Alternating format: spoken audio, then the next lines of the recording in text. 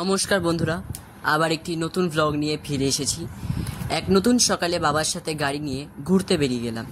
বাবার টুকটাক কাজ ছিল, আর আমার তো সেশন ব্রেক চলছে, তো আমার ঘোরা হয়ে গেল। সকালবেলা এই সময় রাস্তাঘাট এত ফাঁকা ছিল। তখন কটা বাজবে? 7:30 8টা। তখন রাস্তাঘাট ফাঁকা ছিল, কোনো তাড়াহুড়ো নেই, ট্রাফিক নেই, পলিউশন নেই। আমার তো খুব ভালো লাগছিল।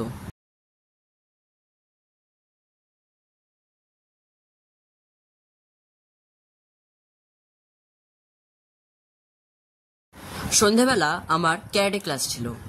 যেহেতু পরীক্ষার জন্য আমি আমার ক্যারাটে ক্লাস অনেকগুলো মিস গেছিল, আর এখন তো আমার সেশন ব্রেক চলছে, তাই আমি এখন আমার 100% দিয়ে ক্যারাটে ক্লাসগুলো অ্যাটেন্ড করতে পারছি।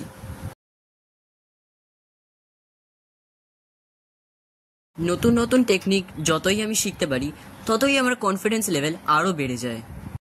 এই যে দেখতে পাচ্ছ আমার সেন্সি সুমিত চৌধুরী, উনিও ব্ল্যাক বেল্ট।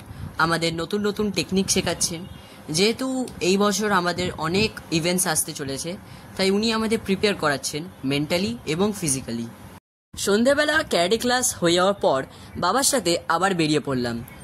গড়িয়ার মিতালি সংঘ মাঠে বইমেলা হচ্ছিল। বাবা বলল, চল একবার দেখে আসি।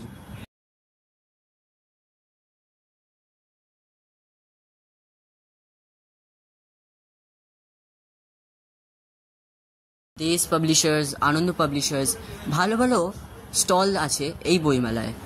কিন্তু একটা জিনিস দেখে অবাক হলাম, বইয়ের স্টলগুলো ফাঁকা, কিন্তু খাবারের স্টলগুলোতে অনেক ভিড়। আমারও 2-1টা বই কেনার ইচ্ছে ছিল, বাট আমার বাড়িতে ক্লাস 8-এর বই এসে গেছে, এবং আমি যদি এখন গল্পের বই নিয়ে বাড়ি যাই, তাহলে মায়ের থেকে বকা খেতে হবে। যাই হোক, তোমাদের সাথে আবার পরের ব্লগে দেখা হবে। ততক্ষণের জন্য ভালো থেকো। টাটা।